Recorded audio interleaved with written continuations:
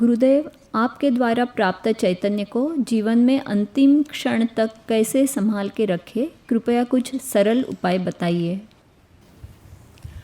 मुझे ऐसा लगता है कि सरल उपाय जानने के पहले समर्पण ध्यान क्या है उसको थोड़ा समझ लो, तो फिर आगे का रास्ता, आगे का मार्ग समझना सरल हो जाएगा।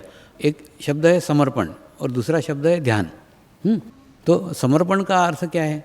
देखो, आप जिस स्तर के ऊपर रहेंगे ना, उसी स्तर के ऊपर उसका अर्थ लगाएंगे। आप शरीर के स्तर के ऊपर लगाएंगे, आप आपका जीवन भर सेवा देने का प्रण कर लेते हैं, तो एक शरीर के स्तर के ऊपर हो गया। आर्थिक स्तर पे करेंगे, आप आर्थिक कुछ दान देते हैं, वो आर्थिक स्तर के ऊपर हो सकता है। तीसरा, भौतिक स्तर पे देखेंगे तो आप कोई भौतिक वस्तु समर्पित करते हैं, तो समर्पण का अर्थ भौतिक स्वरूप में भी ले सकते हैं। लेकिन समर्पण का अर्थ इससे भी और ज़्यादा है, इससे विशाल है, इससे बड़ा है।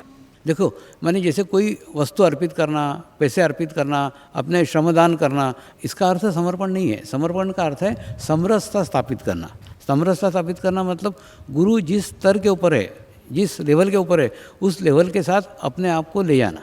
लेकिन वो ले जाने के लिए कौन सा मार्ग है? मार्ग ये है कि आप, जैसे राम भाई बोलता है कि नहीं, जहाज़ के साथ में नाव को जोड़ लो तो ऑटोमेटिकली जो जहाज़ की गति है वो बराबर नाव को प्राप्त हो जाएगी। ठीक उसी प्रकार से आप अपने आप को चित्त से इतना कनेक्ट कर लो कि जो उनकी स्थिति है वो स्थिति आपको ट्रांसफ़र हो जाएगी। मैं मेरे 2 अनुभवों से आपको ये बताने का कोशिश करता हूँ। एक तो जैसे गणपति अथर्व शीर्ष है, ये गणपति अथर्व शीर्ष कोई भी गुरु किसी भी शिष्य को नहीं सिखाता। इसलिए नहीं सिखाता क्योंकि अगर मैंने शिष्य के हाथ से कुछ गलती हो गई तो उसका पाप गुरु को लगता है कि उसने गलत शिष्य को सिखाया, गलत शिष्य को उसकी शिक्षा दी। इसलिए कोई भी गुरु नहीं सिखाता, तो प्रत्येक को अपना अपना सीखना होता है। दूसरा, ऐसे ही एक गुरु के सानिध्य में जब मैं रहा तो उन्होंने गणपति अथर्व शीर्ष को सिद्ध करके रखा हुआ था, और सिद्ध करने के बाद में सिर्फ उनके सानिध्य में रहा, उनके करीब रहा, उनके पास रहा। ऑटोमेटिकली जैसे उनसे समरसता स्थापित की तो उनके अंदर का ये ज्ञान मेरे अंदर ऑटोमेटिकली ट्रांसफ़र हो गया। उन्होंने मुझे सिखाया नहीं, मैंने उनसे सीखा नहीं। मतलब क्या बोलते हैं ना, आप जिसको समझ सकते हैं ऐसी कोई भी घटना वहाँ नहीं हुई। मैंने किसी ने कुछ दिया नहीं और किसी ने कुछ लिया नहीं। आपको जो दिया वो दिखता है, जो लिया वो दिखता है, लेकिन ये जो ज्ञान है ना, ये ना कोई देता है ना कोई लेता है, दिखता नहीं है, ये सूक्ष्म रूप से ट्रांसफ़र होता है। वैसे के वैसे जब जैन मुनियों के साथ में रहा तो जैन मुनियों ने जैन धर्म का ज्ञान मुझे दिया नहीं।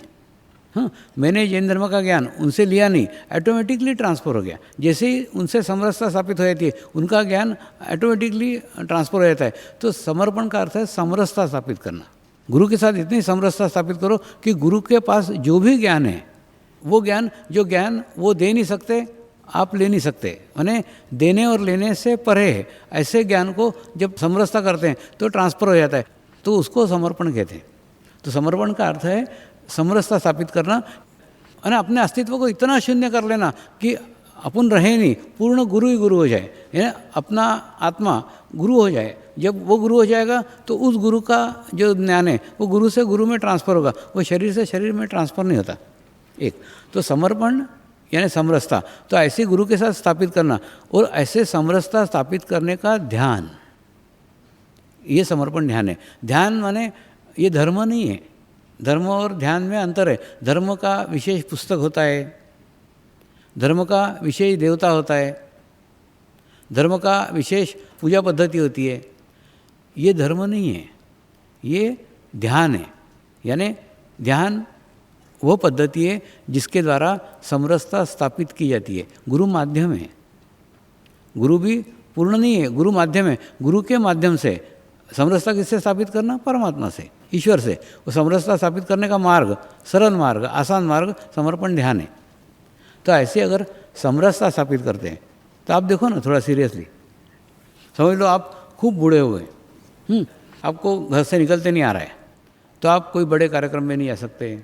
अगर बिल्कुल ही स्थिति खराब हो गई तो सेंटर पे भी नहीं जा सकते। माने आप सेंटर पे नहीं जा सकते, कार्यक्रमों में नहीं जा सकते। ऐसी स्थिति में आप आ गए, सिर्फ आप बिस्तर पे पड़े हुए हैं, कुछ नहीं कर सकते। तो क्या कर सकते हैं? आप चित्त से गुरु से जुड़े रह सकते हैं। वो आप अंतिम क्षण तक रह सकते हैं, और अंतिम क्षण तक रहें।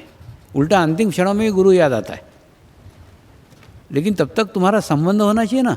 फिर होता क्या है, अंतिम क्षण में गुरु याद आता है लेकिन समरसता स्थापित नहीं हो पाती। क्यों नहीं हो पाती? उसका अभ्यास किया नहीं रहता है, उसकी साधना नहीं की रही थी। तो वही मैं कहता हूँ कि समरसता स्थापित करो। समरसता स्थापित होने के बाद में ऑटोमेटिकली उस समय चित्त रखोगे, बराबर तुम्हारा ध्यान वहाँ जुड़ जाएगा। तो ये करना अगर सीख लो, फिर आप कहाँ पड़े हो, कहाँ रह रहे हो, किस अवस्था में हो, सेंटर पे जा रहे हो कि नहीं जा रहे हो, सामूहिकता में जा रहे हो कि, उसको कोई महत्व नहीं रहता। लेकिन वो स्थिति तक ये सब बाबा गाड़ियाँ हैं, ये सब अपनाना पड़ेंगी। ये पहुँचते पहुँचते पहुँचते पहुँचते उस क्षण तक पहुँचने का है, जिस क्षण में एक क्षण में आप महसूस करें, इतनी समरसता स्थापित हो जाती है कि आपके आसपास गुरु का आभामंडल नजर आता है।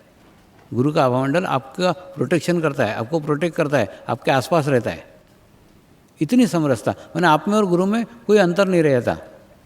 लेकिन वो समरसता स्थापित करने के लिए ध्यान करने की आवश्यकता है, मेडिटेशंस करने की आवश्यकता है, और वो रेगुलरली होना चाहिए। जैसे मैंने कल बताया ना, एक तो अपेक्षा रहित होना चाहिए। हम क्या करते हैं, कोई ना कोई अपेक्षा लेकर के आते हैं कि ये हमको मिलना चाहिए इसलिए ध्यान कर रहे हैं, ये काम होना चाहिए इसलिए ध्यान कर रहे हैं, तो वो ठीक नहीं है। अपेक्षा के साथ ध्यान नहीं होना चाहिए। दूसरा, ध्यान में नियमितता होनी चाहिए। आज देखो ना, मैं 40-50 साल से नियमित ध्यान कर रहा हूँ, एक दिन भी ऐसा नहीं गया जिस दिन ध्यान नहीं किया। हो सकता है एक आध दिन गया कि भोजन नहीं किया हो, एक आध दिन गया होगा कि नहाया नहीं हो, लेकिन ध्यान नहीं किया ऐसा कोई दिन नहीं आता। तो नियमितता होनी चाहिए। और दूसरा, सामूहिकता होनी चाहिए, कलेक्टिविटी होना चाहिए। तो कलेक्टिविटी मत छोड़ो, नियमितता मत छोड़ो, और ध्यान करो, नियमित ध्यान करो, तो बराबर वो समरसता स्थापित होगी। और समरसता स्थापित हो गई तो ये आपके जीवन के अंतिम क्षण तक रहेगी। जीवन का अंतिम क्षण कैसा बीतने वाला है, कैसा जाने वाला है, वो महत्वपूर्ण है। महत्वपूर्ण इसलिए उस समय आपको आत्मग्लानि नहीं होना चाहिए। क्या होता है मालूम है, जब ना आत्मा शरीर को छोड़ती है, उसके पहले ही पूर्वाभास हो जाता है शरीर को पूर्ण पता चल जाता है कि अब मैं बचने वाला नहीं हूँ, अब ये शरीर मुझे छूटने वाला है, शरीर से छूटने वाला है। और उस समय फिर सब जितने भी हमने जीवन काल में घटनाएं घटित की है, अच्छी की है, बुरी की है, सब हमारे सामने पिक्चर के सरी की घूमती है। जो चीज़ें हमको अपने अहंकार के कारण, क्या होता है मालूम है, ये मरने के पहले अहंकार भी छूट जाता है, संपूर्ण अहंकार समाप्त हो जाता है। और अहंकार समाप्त होने बाद में जो गलतियां हमारे जीवन में हमारे हाथ से हुई, वो गलतियां अंतिम क्षण में हमको नजर आती है, और फिर खूब आत्मग्लानि होती है कि अरे ये मैंने कैसे गलत किया, इतना मुझे सानिध्य मिला, मैंने क्यों नहीं उपयोग किया, मैं कहाँ से कहाँ पहुँच गया, मैंने कितना सामूहिकता थी, कितनी कलेक्टिविटी थी, कितना सानिध्य था, उस सानिध्य से आज मैं बाहर हूँ। ये आत्मग्लानि आपको न हो तो आप बाहर नहीं होना चाहिए, आपकी आत्मा बाहर नहीं होना चाहिए, आत्मा गुरु सानिध्य से बाहर नहीं होना चाहिए, आत्मा सामूहिकता से बाहर नहीं होनी चाहिए, आत्मा वहीं होना चाहिए, उसी समरसता के साथ होनी चाहिए। अगर समरसता स्थापित करोगे तो आपको वो महसूस नहीं होगा, और अगर समरसता स्थापित नहीं की तो आपको आत्मग्लानि होगी। अब मैं कार्यक्रमों में नहीं जा सकता, या कार्यक्रम में नहीं जा सकती, गुरु दर्शन होते थे अब गुरु दर्शन नहीं होते, होता है ना। आपको कई लोग, कई साधक इतने करीब के थे, इतने पास के थे, जिनको रोज़ दर्शन होते थे, रोज़ सानिध्य मिलता था। आज वो है कि उनको 3-3 साल से 4-4 साल से दर्शन तक नहीं हो रहा है। तो उन्होंने उनका अवलोकन करने की आवश्यकता है, मैं कहाँ था और कहाँ से कहाँ आ गया। और दूसरा, गुरु छूटा नहीं है, गुरु छूटने के साथ साथ सामूहिकता छूट गई।